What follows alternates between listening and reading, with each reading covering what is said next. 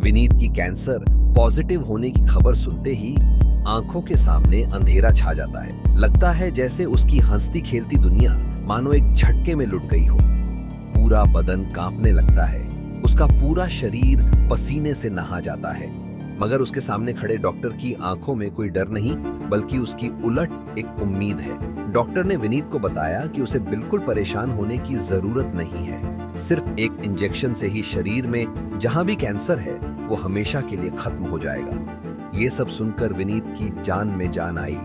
दोस्तों, ये आपको लग रहा होगा कि ये कोई साइंस फाई फिल्म का एक सीन है, मगर ये जल्दी ही हकीकत होने वाली है। जी हाँ दोस्तों, ये कोई सपना नहीं है। स्वीडन के वैज्ञानिकों ने ऐसे रोबोट बनाए हैं जिन्हें इंजेक्शन में भर के हम शरीर में इंजेक्ट कर सकते हैं और वो कैंसर पर सीधा हमला करके उसे मार देते हैं। आज के वीडियो में हम जानेंगे कि ये रोबोट क्या हैं, ये कैसे काम करते हैं और क्या ये सच है कि कैंसर को हमेशा के लिए खत्म किया जा सकता है।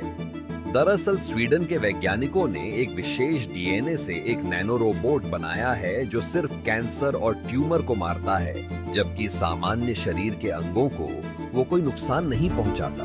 अब आपके दिमाग में चल रहा होगा कि आखिर रेत के कणों से भी छोटे इन रोबोट्स को डीएनए से कैसे बनाया जाता है और ये कैंसर को कैसे मारता है। इसी तथ्य को आज हम आम भाषा में जानेंगे और समझेंगे।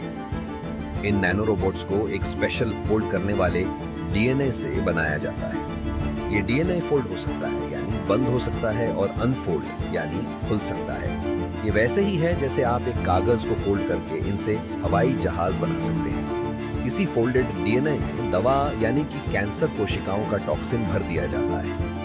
इन टॉक्सिन्स से भरे हुए नैनो रोबोट्स को जैसे ही ब्लड में इंजेक्ट किया जाता है, ये कैंसर ट्यूमर वाली जगह पर जाकर खुल जाते हैं और दवा को रिलीज कर देते हैं। अब आपके दिमाग में आ रहा होगा कि आखिर ये छोटे छोटे रोबोट कैंसर को कैसे पहचानते हैं, तो चलो उसके बारे में भी जानते हैं। दरअसल ये राज छुपा है नॉर्मल बॉडी और ट्यूमर के पीएच लेवल के फर्क में।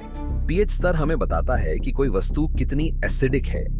कम पीएच का मतलब होता है ज्यादा एसिडिक। उदाहरण के तौर पर हम देखते हैं कि टॉयलेट साफ करने वाले तेजाब का पीएच 1 से 2 होता है, नींबू का पीएच 3 से 4 होता है, सामान्य शरीर का पीएच 7.4 होता है और कैंसर ट्यूमर का पीएच 6.5 होता है। इस तरह से हम देख रहे हैं कि शरीर के पीएच और कैंसर के पीएच में काफी अंतर है। इसी अंतर के आधार पर हमारा ये नैनो रोबोट काम करता है।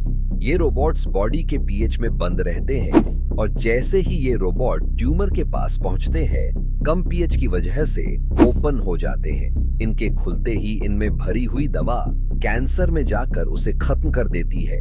अब अगर आप ये जानना चाहते हैं कि कैंसर क्या होता है और आखिर कैसे कैंसर की वजह से किसी की मौत हो सकती है, तो इसके लिए मैं अलग से वीडियो बना रहा हूं और जल्दी ही वो रिलीज हो जाएगी। अब वापस आते हैं हमारे मेन टॉपिक पर। ये नन्हे से नैनो रोबोट आने वाले टाइम पे न सिर्फ कैंसर बल्कि और भी गंभीर बीमारियां जैसे कि Alzheimer, heart attack, brain haemorrhage का इलाज करने का काम आ सकते हैं।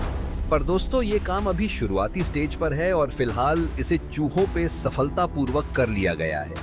अगले 2-3 सालों में ये काम इंसानों पर भी शुरू हो जाएगा। जल्दी ही ये संभव होगा कि कैंसर रोगी अपने पास के अस्पताल से सिर्फ कुछ इंजेक्शन से ही ठीक होकर घर लौट जाए और अपनों के साथ खुशी की लम्हे बिता सके। साइंस सिर्फ साई-फाई फिल्म का पार्ट नहीं है। ये न जाने विनीत जैसे कितने इंसान की जिंदगी आसान कर सकती है। दोस्तों, अगर आपका हमारा वीडियो अच्छा लगेगा या आपका कोई और सुझाव है जिनके ऊपर हमारे वीडियो बने, तो कमेंट सेक्शन में जरूर लिखें।